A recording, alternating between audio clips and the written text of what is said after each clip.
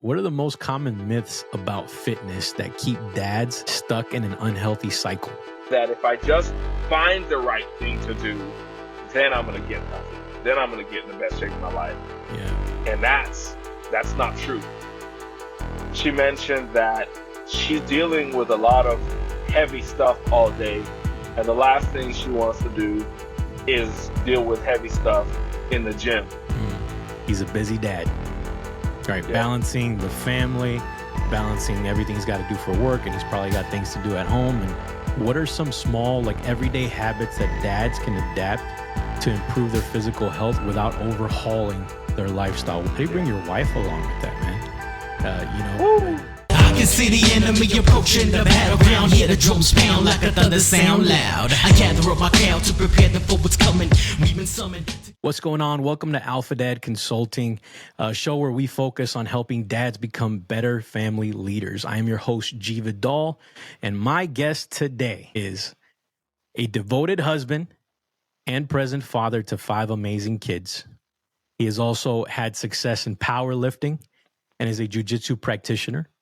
But on top of that, he's a personal trainer and founder of Chacha Strength Training, and where he's trained world-class athletes, doctors, lawyers, and C-suite executives on all things health and fitness. But on this episode, we're going to cover not just health and fitness, but we're also going to cover how it ties into being a great family leader. Now, I want to welcome to the show, Mr. Brian Chacha. What's up, brother? What's happening, everybody? I'm so glad to be here, G. I appreciate you putting this on, man. It's such an honor to finally get to do this. We've been talking about it for a while. And, Yeah, man. grateful. I'm grateful for you, grateful for what you do. I'm grateful for all the men that you've impacted and how you've impacted my life, man. It's truly, truly an honor to be able to pour back just a little bit of what I have to you, man. So thank you so much for bringing me on board, bro.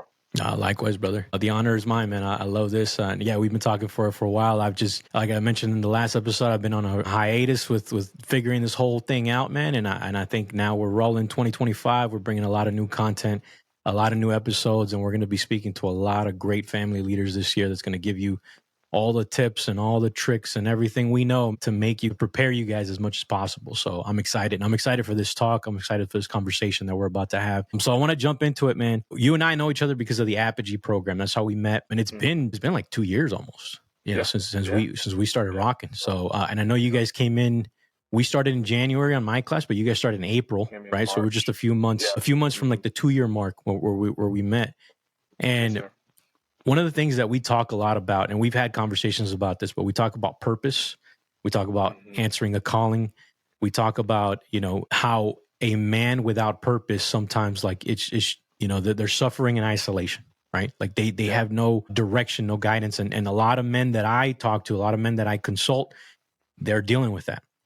And one of the things that I've noticed about you, my brother, is that whenever we talk health and fitness, there is no doubt in my mind that you are on your purpose and that you are answering your calling, right? And what I'm curious about for you, man, is I want to know, what was the pivotal moment in your life when you realized that health and fitness was your calling, that you were answering this purpose, man? And why did you feel the need or the urge to actually answer the call, right? Because sometimes we get called, but we don't answer, or we don't take action on it. So I just want to know, man, what was it in your life that made that kind of was the catalyst to that? And then why did you answer? Yeah, man, that's a really good question. So I would say I realized that I was walking in my purpose, walking in my calling, while training some of my clients, what we were talking about or how we were vibing in between sessions or in between sets had nothing to do with working out, even health. We were getting down to the soul level, man. So I'll just start out and say, man, all glory to God. Like, I realized that what I was doing or what I do when I'm meeting with clients is more than just giving them exercises. I'm a friend. I'm a confidant. I'm somebody that's an encourager. I'm somebody that's a challenger. And so, there was a season earlier in my career where I was really busy and there were people in my life that had a lot of stresses. One story in particular, my client came in and she mentioned that she's dealing with a lot of heavy stuff all day. And the last thing she wants to do is deal with heavy stuff in the gym. Mm, And as a strength coach, man, that really, it kind of offended me. yeah. Uh, because I didn't understand why she was coming in telling me this when she's coming to me to get stronger, to get in better shape. Yeah. But what she had given me was truly a gift because it was the insight of how she truly experiences and how my clients truly experience life. And the gym is like a parallel to that life. So that example, along with many others in that season where I realized, man, when people come in, it's more than just training. Like this is a space for them to check out of some compartments of their life and really just be with themselves, be on their own in a sense, even though I'm there, Yeah. and deal with themselves at a much deeper, more challenging level. So I hope that answers your question, but that's definitely the catalyst that helped me really take on the purpose of what I'm doing now. Yeah. So what I'm hearing you say is that, as you're working with these clients, they're, it's not just the physical act of like working out. There's a deeper connection that you're having with these clients that's more on a spiritual and emotional level, because you're right. These people are dealing with life outside of the gym, Yeah, right? Like, so, yeah, that they're having you mentioned being a confidant and like you're working with a personal trainer. There's that personal aspect of it, right? So it's for sure. hard to not get into those conversations as Yeah. you're spending this time with them on a frequent basis, right? So, Yeah, man. In our profession, we're trained to keep the personal out of mm, the off the gym floor. yeah, And I respect that boundary. When we're in the set, it's 100%. Like we're getting after it. yeah, There's no questions. Depending on the type of training we're doing, we may have longer rest periods, shorter rest periods.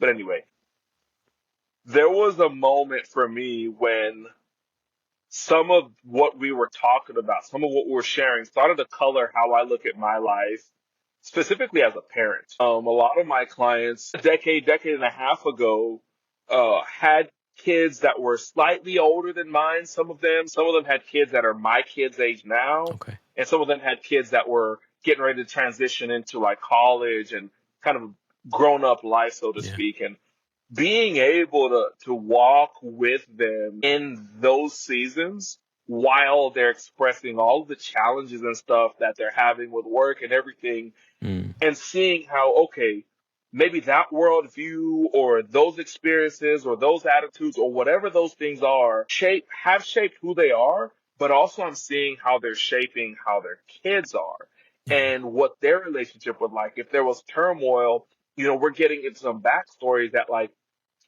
that that's when it became such a deep value for me to be so good at what I do because now I'm learning, hey, how can I show up in the world?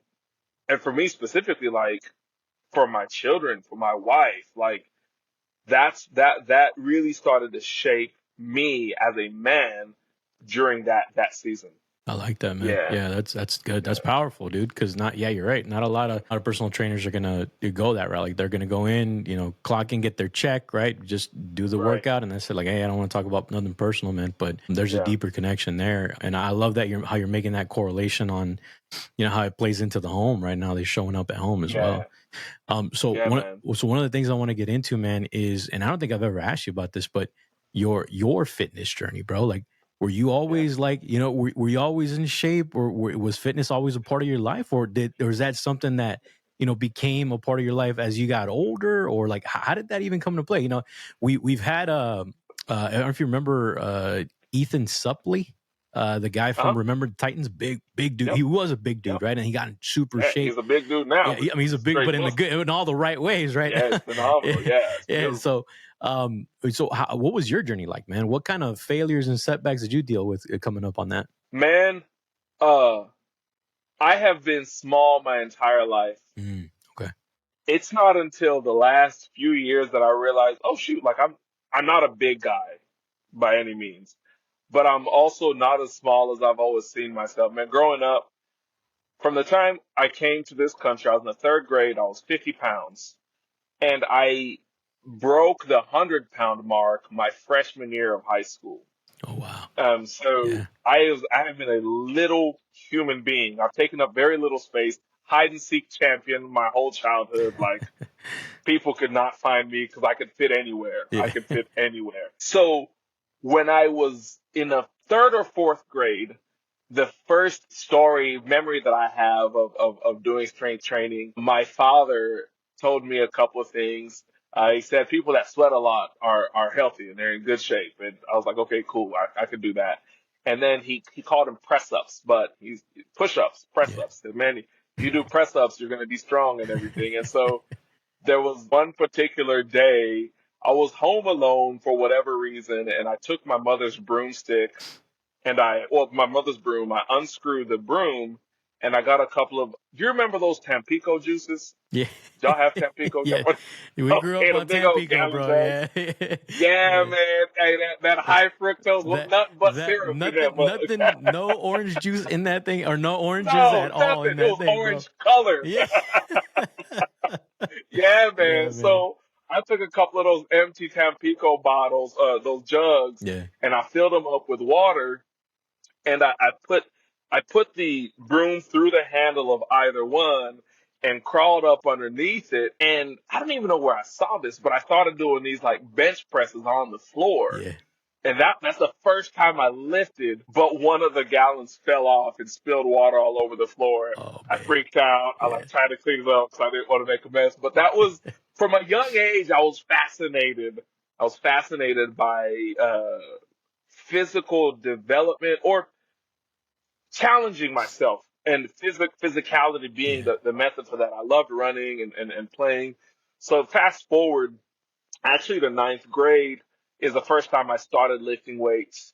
And man, when I touched that bench press for the first time and I maxed out, and dude, let me tell you something, man, your boy at like 97 pounds, my max was, it was 65 pounds. Okay.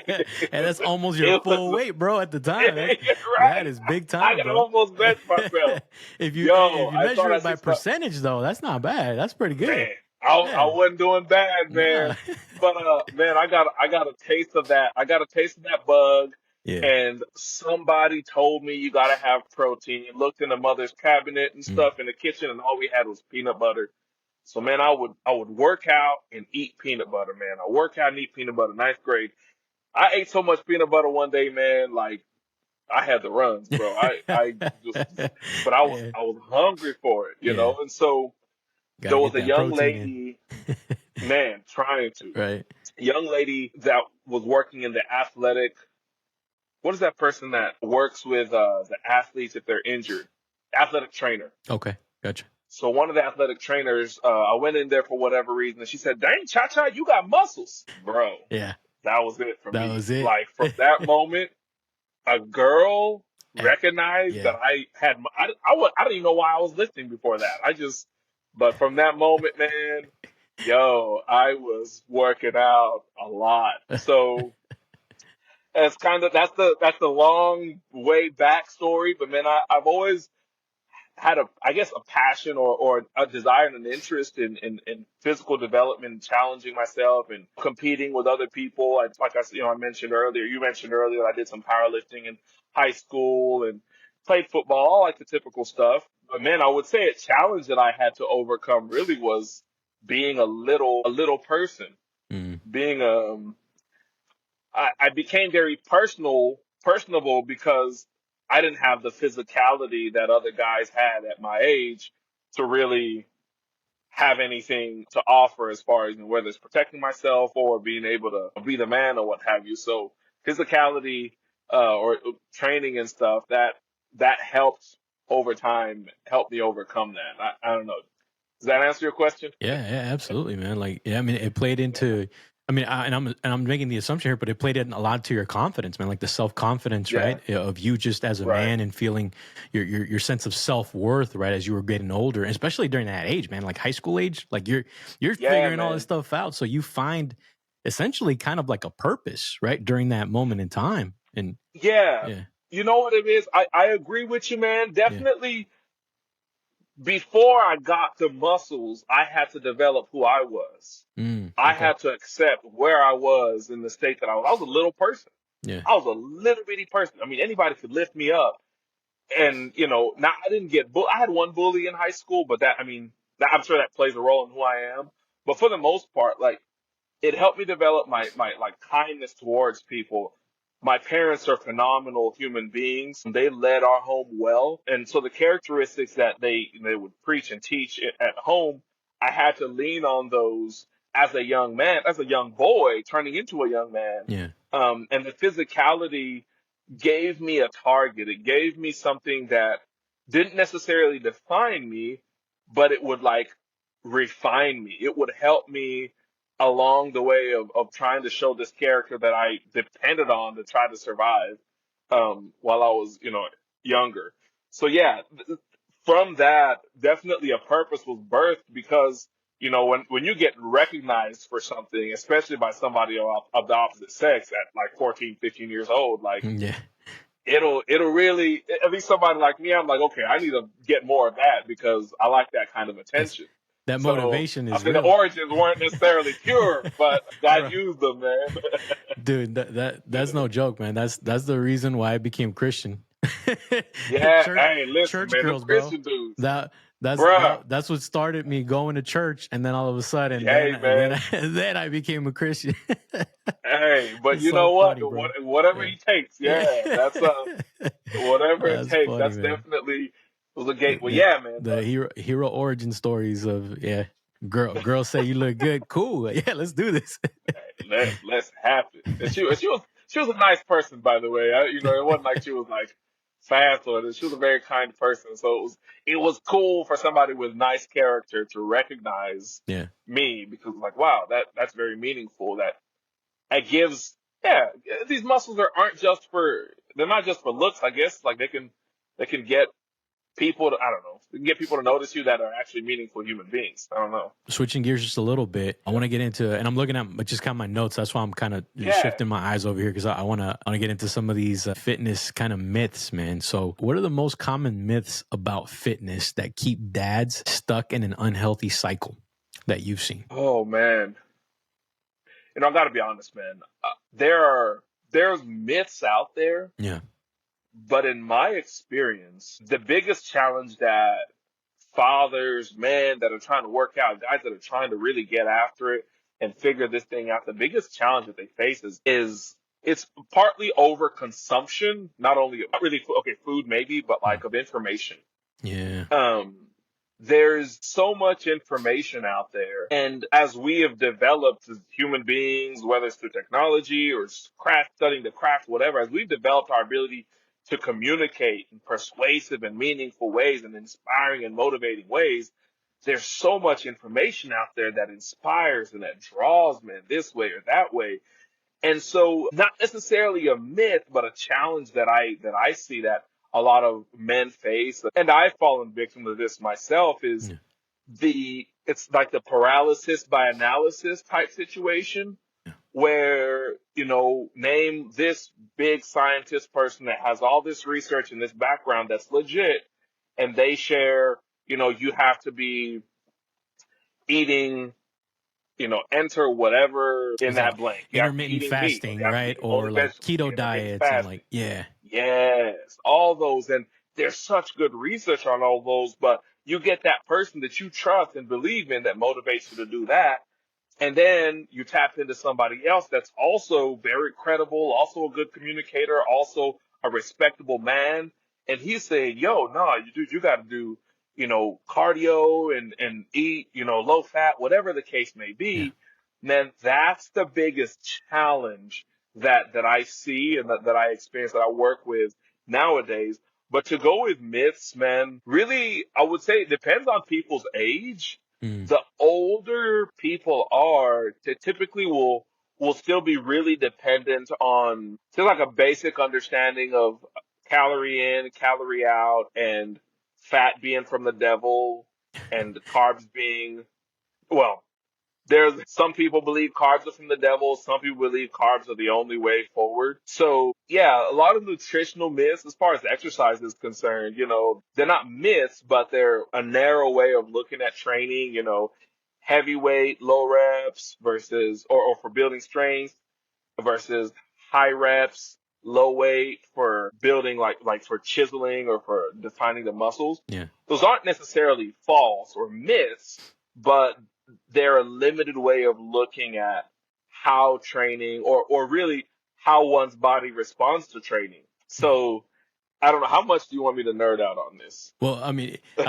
I was thinking about too, and like a previous Yeah. conversation that you and I were having about Yeah. like, having clients that are like still using a workout program from like 1982, like an older generation, Yes. right? Like where they're just Yeah. relying on, like that's kind of what you're saying is that they're relying on old information that Right. may or may not, because of new research and new things that have been discovered, like may or may not be as relevant or as efficient anymore, right? Right. So, Yeah, man. Let me speak to that. yeah. So the guy that has his program from 95, that man, when I did this program, I was in the best shape of my life. Yes, they are not up to date with what the latest and greatest is, but in addition to that, their body is not, they're not who they were in 95. Yeah. The caveat to that is that guy gets what most people miss, which is this worked and I'm going to be consistent with it. Yeah. Like, I just want the direction, and this worked before, so it's going to work again. I'm just going to keep doing it until it works. Although that doesn't always pan out the way it did back in 95, Yeah. that tenacity and that consistency to be like, hey, this is my program.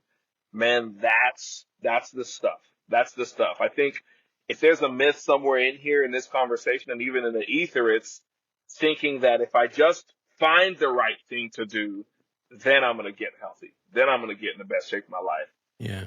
And that's not true. If you do something with consistency, your body is going to respond. It's going to change. Whether it's a change in the direction you want or not, that's to be decided. But the thing is doing something with consistency. That's what a lot of people, I think, are missing, is the consistency to stick with something. And Yeah. can you speak to like work? And this is from my curiosity, like workout variety, right? Like when, like, let's say somebody does have a workout program that they're on, and let's say it's like a 6-week program, right? Where it's like the same type of exercise for the next 6 weeks. And then after those 6 weeks are up, they're going to do that same program again. They're going to kind of rinse and repeat that program over and over. And they're just going to do that because that's what they found to be effective for them. And what I've seen, and even in my own experience, like plateauing, right? Because you're doing the same exercise over and over. So where does workout like variety and being open-minded about trying, whether it's like CrossFit or like jujitsu, like yourself, or doing something different, getting different muscle groups moving, like how does that benefit? Man, really good question. Without going into like all of the program design nerdiness, if you have a program that you can follow for 6 weeks, if you can find another program that emphasizes maybe a different, so for example, if the 6-week program is a weight loss program, so it's training with moderate intensities, lower rest periods, whatever the case may be, and that's like, it's a good block that you got from name whoever your YouTube or your Instagram friend is that gave you that program. Cool. Yeah. If you can alternate that with another program that emphasizes complementary characteristics, then the variety is going to be helpful. It's necessary to avoid plateaus, but beyond that, it's necessary to also avoid injuries. So sticking and doing the same thing over and over again, especially if you're constantly trying to progress the weight or the number of reps or what have you, that's all well and good until it's not, because it can lead to like things like overuse injuries. Yeah. Right? We see a lot of people that come in, or a lot of people that I've had the pleasure of working with, that have stuck to a 6-week or 12-week or 8-week program, and they've maxed it out for 3 or 4 or 5 cycles, and they come in and they're all super muscle bound on all the muscles that they've been consistent with, and everything that would complement or would basically balance that out is so underdeveloped to Yeah. the point to where they start getting injuries in their shoulders and their hips and even in the lower body, knees and stuff. So variety is very important. With that said, if you have a plan that you can do and alternate with another plan, and you can go back and forth, and each of those they complement each other without necessarily being the same thing, Mm. you can rinse and repeat that for a lot longer. You can be consistent with that for a lot longer. And what I hope that people can understand is Yeah. doing something is better than doing nothing. Yeah. You know? Yeah. So if it's a 6 week program that you got in 95 that worked, do it. But man, do a little research or find somebody like me or find somebody like G who has a workout regimen and say, hey man, what are you doing? And maybe put a semblance of something that can complement or be an alternative for a little while that you can do for 6 weeks to get that variety to avoid the overuse and then go back and forth and be consistent. Yeah. So with that, right? Because a lot of the guys, and I know like some guys going to be listening right now, a dad, right? And he's probably listening to this or watching this maybe on the way to work. He's a busy dad, right? Yeah. Balancing the family, balancing everything he's got to do for work. And he's probably got things to do at home and all that. So let's talk about, what are some small, like everyday habits that dads can adapt to improve their physical health without overhauling their lifestyle? What are some things that you can recommend? Oh boy, I love this question. This is where I spend a lot of my time with my clients. It's a very boring list, but at the top of the list, man, dads, men, water and sleep, those two right off the top. Waking up in the morning, let's say you get a full night's rest, whoever that is out there. If you're a dad that has that already sorted out every night, you're getting a full night's rest, man, I commend you. Let us know how you do it so we can follow suit. Especially if you have an infant. If you have an infant, please Man, let us know. if you got 8 kids, 2 kids, Yeah, older kids, it doesn't matter, man. yeah, If you yeah. got somebody else outside your spouse there, man, yeah. But let's say you get a full night's rest. That full night, you've gone 8 hours without eating or drinking, unless you're like a sleepwalker, get up in the middle of the night and eat and drink something. Typically, you're knocked out. You got a good night's rest. 8 hours at least, without drinking and eating anything. Mm. So habitually, something that's very easy to incorporate when you start your morning, man, getting a large slug of water, 8 to 12 ounces, 8 to 20 ounces of water, and just starting off the day hydrating. It's boring, but the number of issues that a lot of people suffer from that have downstream effects that end up being a little bit more challenging or like actual issues, health issues, but are rooted in something as simple as dehydration. Yeah. Just to nerd out a little bit, the way the cells work is that, all of our cells, we're made up of a bunch of cells. They communicate with each other. And if a cell doesn't have if it's not nice and full and plump, then all the signaling on the outside or from the inside to the outside, etc., is kind of thrown off, and so it doesn't signal as well, or it doesn't receive signals as well, and so that dehydration or a dehydrated status can really decrease the function of vital cells that help to control all sorts of stuff.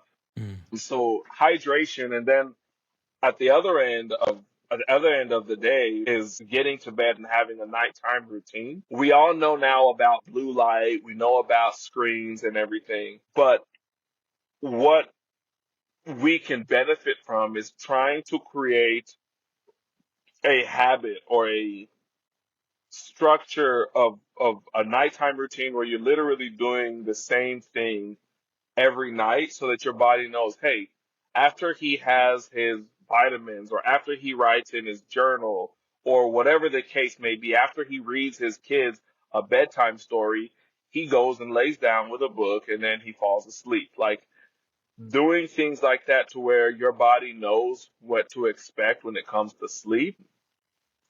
Those two, and this list is extensive. I can keep going if you want me to, Yeah. but those two, man, I find a third is probably protein intake. But let me just finish on those two.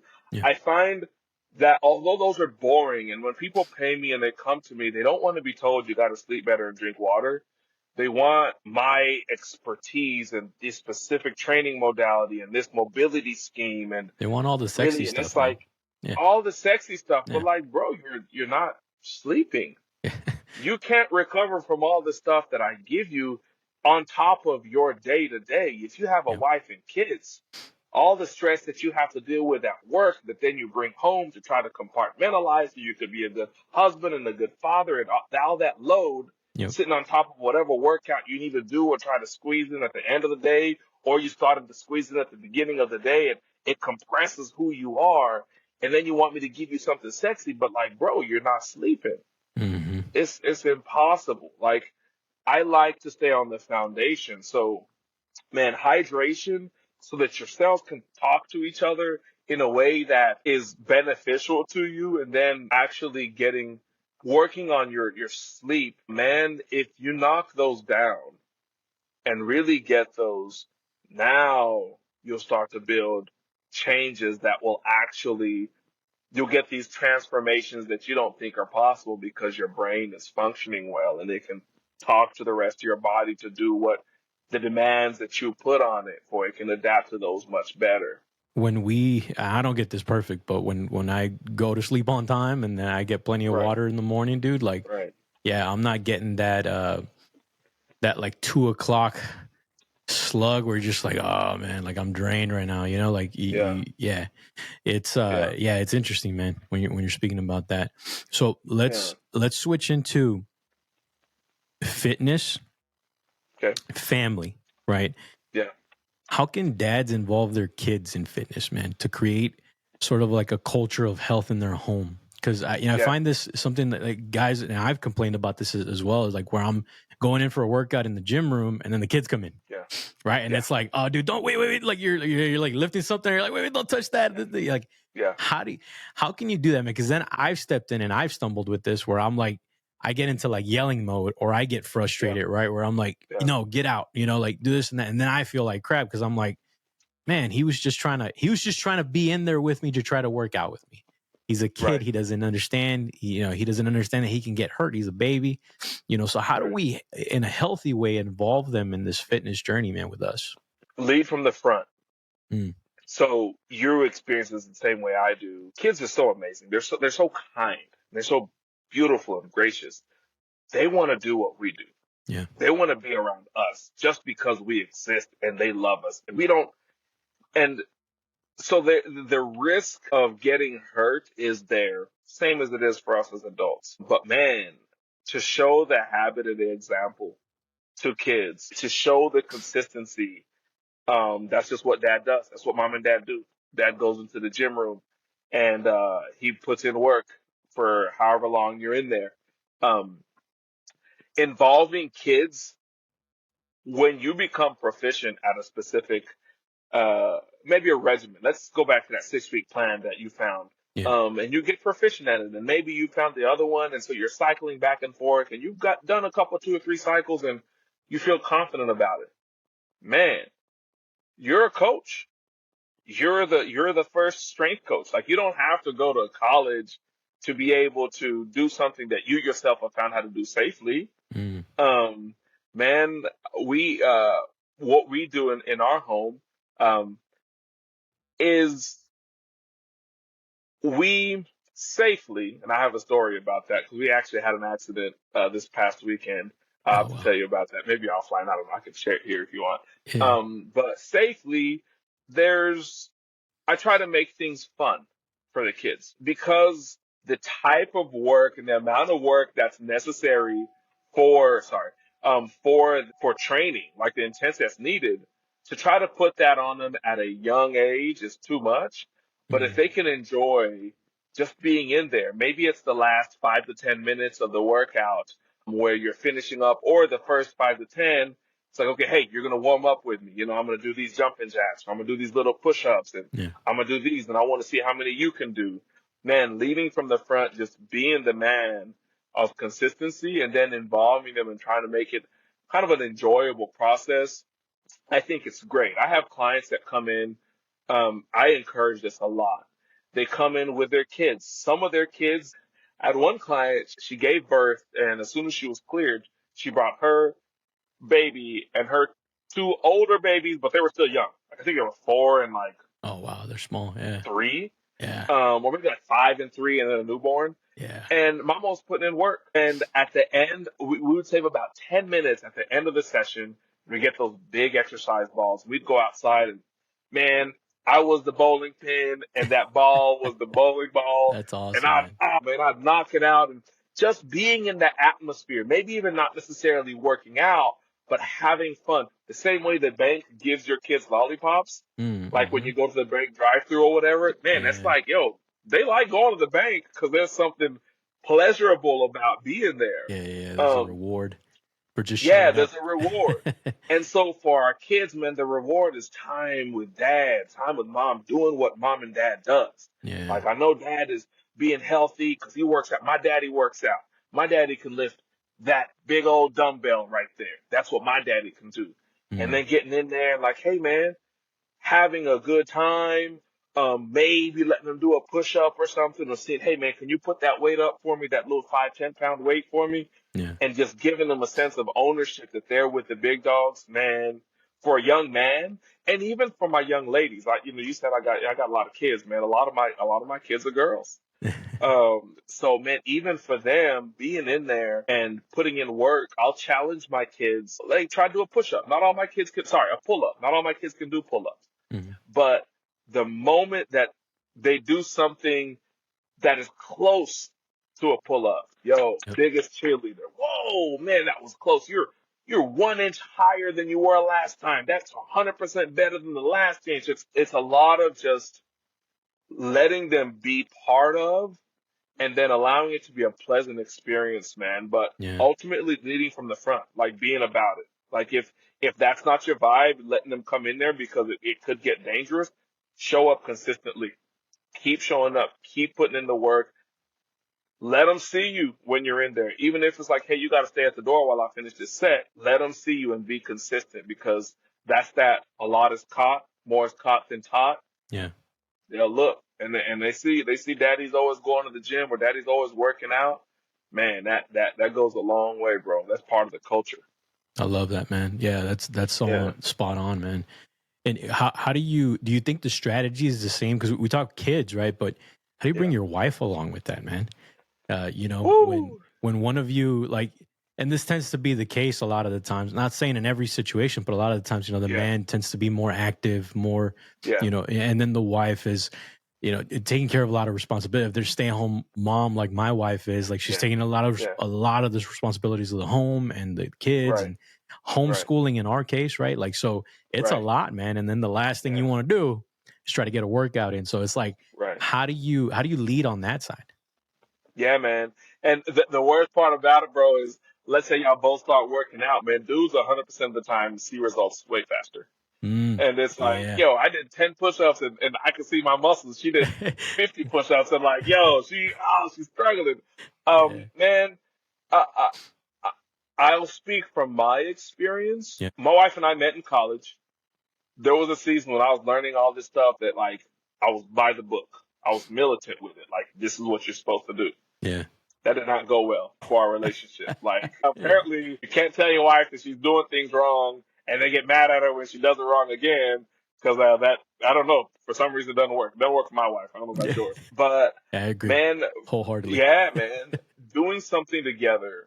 Like, we all value our health and it's an individual pursuit. Yeah. Like, one of my favorite sayings that, Matt Bodro says is all education is self-education. All accountability is self-accountability. Same goes for like this health journey. Like, yes, we're in this together, but it's an individual experience. Mhm. And so, man, any amount of encouragement that I can give to my wife when she's doing something, whether it's health related or like directly like working out or not, like, man, I take advantage of that. I recognize my wife's a homemaker as well. So we do a lot of the similar things, it sounds like, as far as the home structure is concerned. Man, workout time for my bride is her time. It's time away from the kids. That's an example where no, we're not having the kids going in there and ripping and running. It's like, no, mama's working out because for this 30 minutes to an hour, she is being able to decompress, maybe listen to a podcast or listen to her own music or Yeah. not hear kids. So creating an environment of encouragement, but then also giving the space, just depending on how the home structure is, to where if mama needs time for herself, being the man and showing up in the areas that would allow her to do that. Likewise, then that we've been fortunate in certain seasons where my wife loves to walk.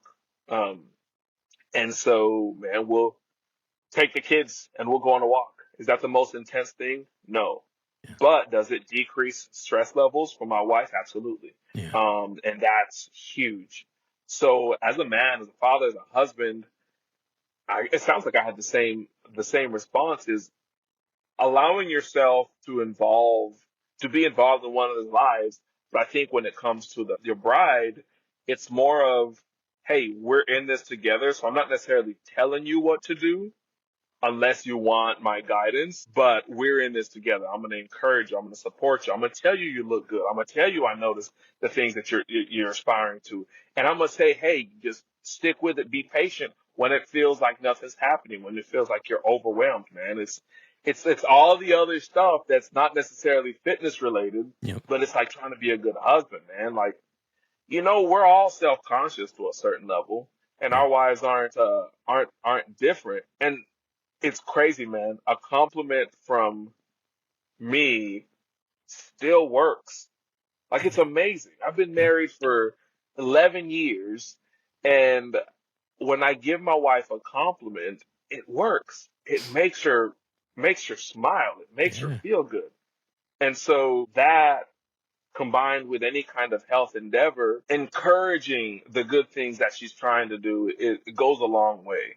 Love it, man. Yeah, that's great. Yeah, That's great. Yeah, what I'm hearing you say is just, prioritizing giving her space to be able to do that, right? To sure. and do it in whatever capacity she can, but just making it Right, top of mind for you, that right. you care enough to give her space for that. Hey, I want to take the kids. Here's your time. Go have a workout. Go out for a walk. Whatever you want to do. Yeah, And yeah, just do some kind of activity, and some physical activity, even if it's just a walk, is better than nothing, man. Like, it's yeah, something, right? And it reduces yeah. stress levels, like you were saying. So I love it, man. Everybody's situation is different. Not Yeah. everybody has a stay-at-home mom, and some people whose wives are in the workforce outside the home. But man, I think the needs, there's some trends as far as the needs are similar. Yeah, being that support, that role, that rock, Yeah. it's huge, bro.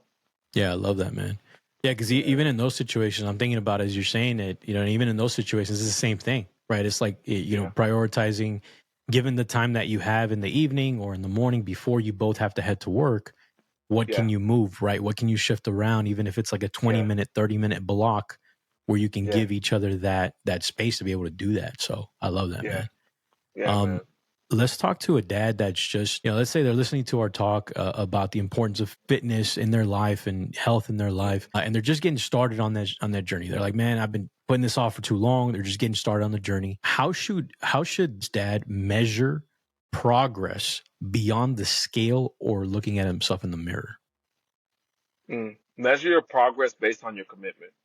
Mm, Commit, don't quit. Like, how many days in a row can you do something that benefits your health? How many days in a row can you make sure you drink water every day? How many days in a row can you eat vegetables at least 2 meals out of the day? How many days in a row can you, at the very least, go on a walk or do a workout? Like, how many weeks in a row can you work out 3 or 4 times a week? Measure your progress based on your commitment, because what you're trying to do in the early stages is develop a physical precedence. Like, you're trying to develop a you want to tell your body, hey, this is what I do. mm, Therefore, I need you to take the shape that helps me do this most efficiently and most effectively. And starting out, if you're super heavy, the scale may move and then hit a plateau. Or if you're not, you're trying to build muscle, you may get some muscle and then hit a plateau.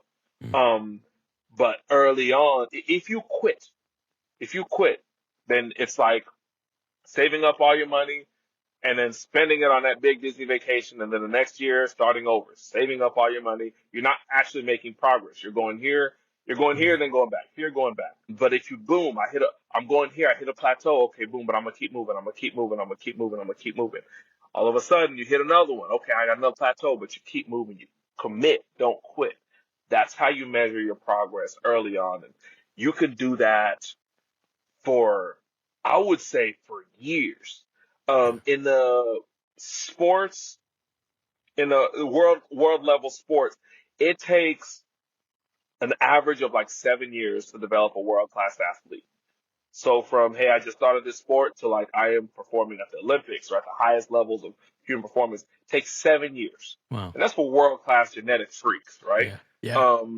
Yeah. And so regardless of whether you fall in that category or not, there's years involved, right? There's time involved. And if you do something consistently for a long time, your body will change. Your body will adapt. And so measuring yourself beyond the scale, like it's all well and good to pay attention to the scale, pay attention to your macros, pay attention to how much weight you're lifting from 1 week or 1 month to another. But how consistent, how committed are you to Yeah. doing something that's helpful to learning and applying what you learn when it comes to your health journey?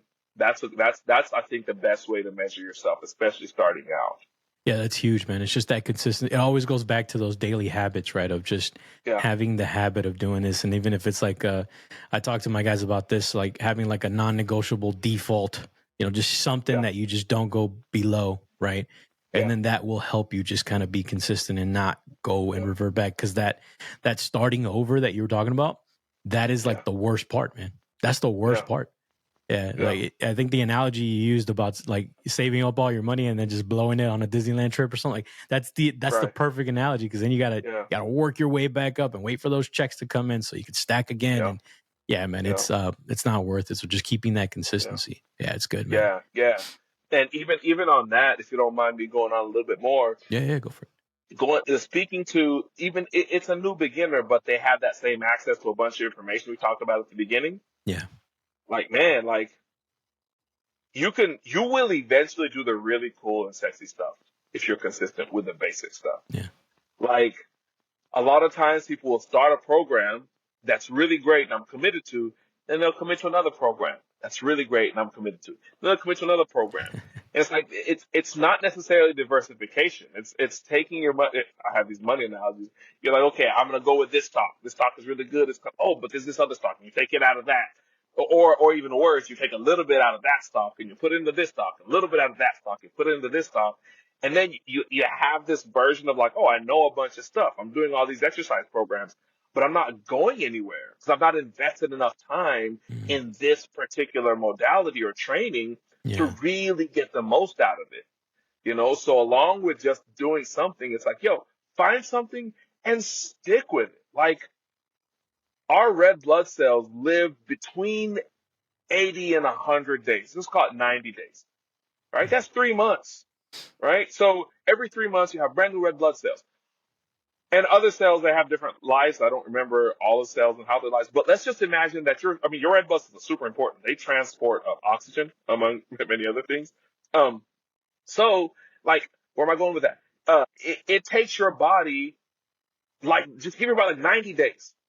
Do something for 90 days and see how your body adapts as you become a new person. Right? Like if you change the way you eat and work out one way and then another way because it's not working within a month or 2 months, like, yo, give it at least 3 months, see where it's at. And then subtly make changes that you think will help what you're doing be more effective instead of, going back to the Disneyland, starting over, doing something, something else or quitting. Don't quit. no. Commit. Don't quit. Commit, don't quit, man. I love that, dude. Yeah. All right, man. I wanna be respectful of your time because we're coming up on the hour here. Gotcha.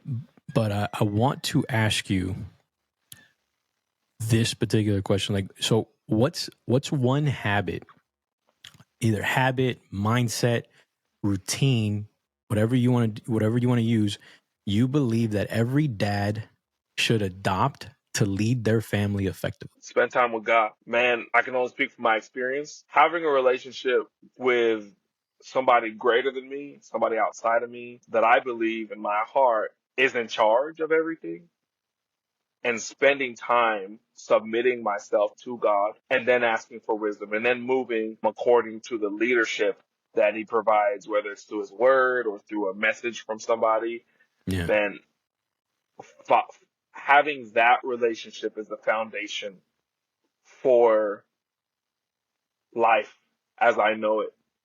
I would not be who I am, where I am without God, because on my own, I am, I'm beyond a hot mess. I'm a pretty scummy, bro. I'm a pretty scummy human being.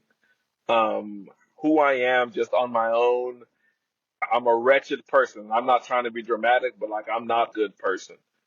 And so by submitting my will, by submitting myself to God, I then take on a mission that's not my own, but that I have a responsibility for. And that purpose leads me to show up in ways that I myself am unwilling to. Like, I don't want to be true to myself. Because if I'm true to myself, we wouldn't be talking. I wouldn't be talking to you. I wouldn't I wouldn't be talking to my wife. If I was true to myself, I wouldn't be showing up for my kids. So I can't be true to myself, man. I have to be true to God. I need that relationship with God because the way that he draws me, he's drawn me through his leadership has made me a better person, has made me, I believe, the person that he designed me to be. So I'm not perfect on that front, but there's no better altar to sacrifice myself on than the altar of our Lord. Yeah, that's my answer, man. Spending Yeah. time with God at the foundation. And then from there, everything else, you know, yeah. I don't know if you want a fitness related response because I can give you No, one bro. as well. Hey, that's it, man.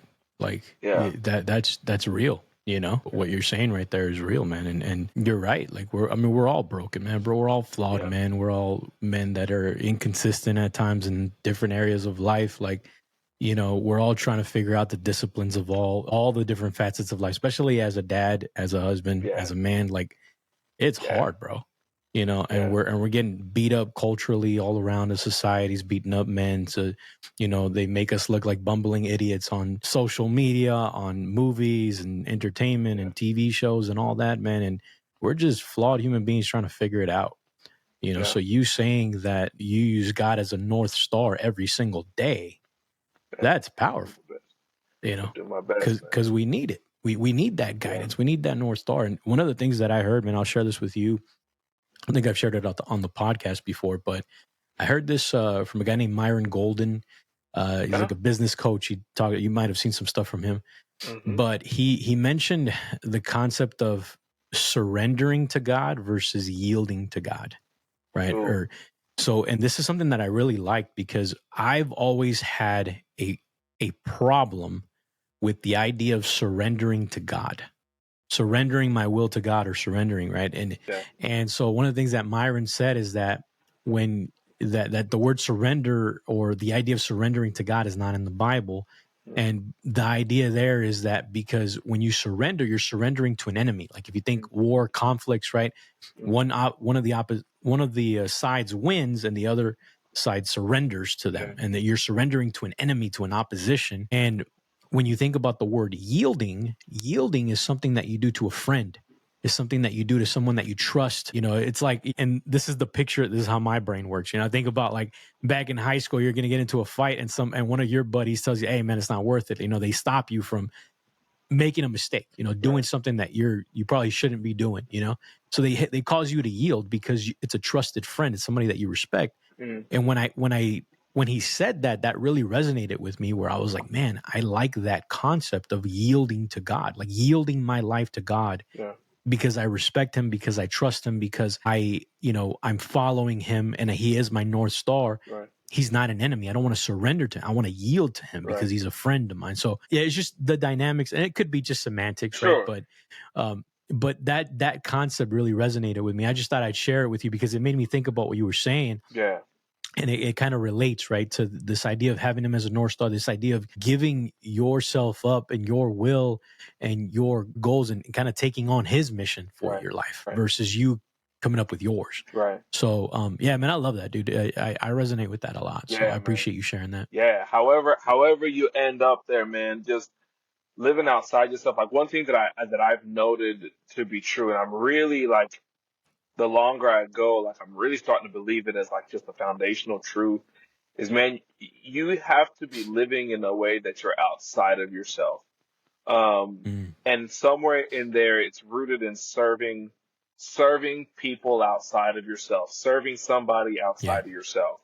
So whether that's God or your community, your family. As men, I think we're designed to pour out. So yeah, starting off for me, habitually starting off by pouring out and yielding, surrendering, yielding to God, and then pouring out of myself in service to, to others. Like, man, there's no higher calling than that. That's awesome, bro. Yeah, bro.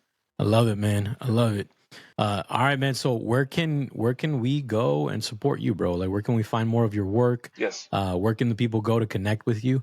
What are some of the social media stuff and anything you got going on? Yeah, man. So right now I'm on Instagram at Chacha Strength, all one word, Chacha, Chacha, Strength, Strength. That's typically where I spend most of the time. I have a YouTube channel that's up and coming, but one of our brothers, DT, Derek Thorne, is helping me put together the website, chachastrength.com, where that'll be the resource for everybody that's looking to level up in areas of faith, family, and fitness. My biggest offering, my experience is in fitness, but I also have a family and I'm a person of faith, and I welcome that. So you can find me on Instagram. I'm fairly active there. I'll put information out there, and then by the end of the month, hopefully, I don't know when this episode is going to drop, but hopefully by the time this episode drops, the website, chachastrength.com, should be up, and all the resources, the way to contact me is there. Awesome. Yeah. Awesome, brother. Well, dude, I appreciate you, man. I love you. Thank you so much for being the good man that you are.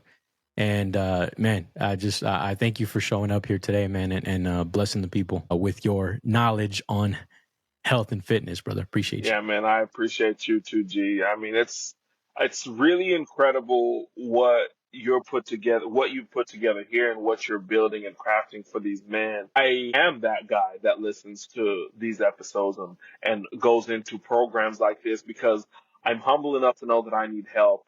And so, man, you providing a service for it's I look at it as a ministry for other dads to level up and show up, man. That's what changes this world. So thank you for what you do, bro. Man, all the men that listen to this, everybody that listens to this, man, I love you. I'm proud of you, man. Keep showing up. Commit. Don't quit. Appreciate you, brother. Yeah, thank you for those words, man. Yeah, for sure. 1, 2, 3 actions I didn't meet. 4, 5, 6 fear and silence begin to mix. 7, 8, 9 the thought of being emotionless started taking over my mind.